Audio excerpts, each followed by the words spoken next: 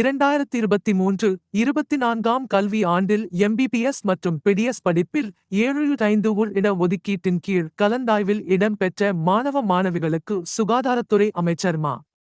சுப்பிரமணியன் ஒதுக்கீடு ஆணைகளை வழங்கினார். MD, MS உள்ளிட்ட முதுநிலை மருத்துவம் மற்றும் பல் மருத்துவம் சார்ந்த படிப்புகளுக்கும் மருத்துவம் சார்ந்த பட்ட படிப்புகளுக்கும் சுகாதாரத்துறை அமைச்சர் மாய சுப்பிரமணியன் தரவரிசை பட்டியலை வெளியிட்டார். அரசு பள்ளியில் படித்த மாணவர்களுக்கு 7.5% உள் இடஒதுக்கீட்டில் 2023 முதல் 2024 வரை ஆம் கல்வியாண்டிற்கான மருத்துவம், MBBS மற்றும் பல் மருத்துவம், PDS படிப்பிற்கான ஆணைகள் வழங்கும் விழா சென்னை கிண்டியில் உள்ள கலைஞர் நூற்றாண்டு உயர் சிறப்பு மருத்துவமனை வளாகத்தில் நடைபெற்றது. இந்த நிகழ்ச்சியில் மருத்துவம் மற்றும் மக்கள் நல்வாழ்வுத்துறை அமைச்சர் மா. சுப்பிரமணியன் கலந்து கொண்டு அரசு பள்ளியில் படித்த மாணவர்களுக்கு 7.5% உள் இடஒதுக்கீட்டில் இடம்பெற்ற மருத்துவ படிப்பிற்கான ஒதுக்கீட்டு ஆணைகளை வழங்கினார்.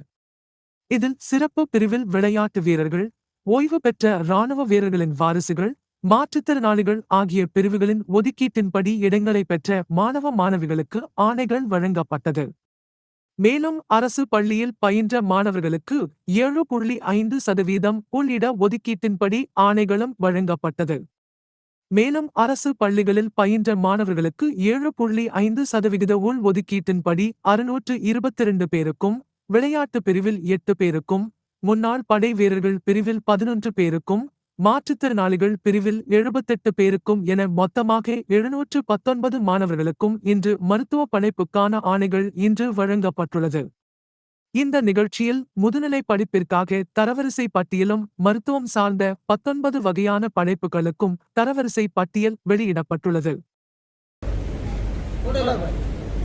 ஹரிணி அந்த்ரு, மதுரை மெடிக்கல் காலேஜ். அடுத்தது மேனேஜ்மெண்ட் கோட்டா.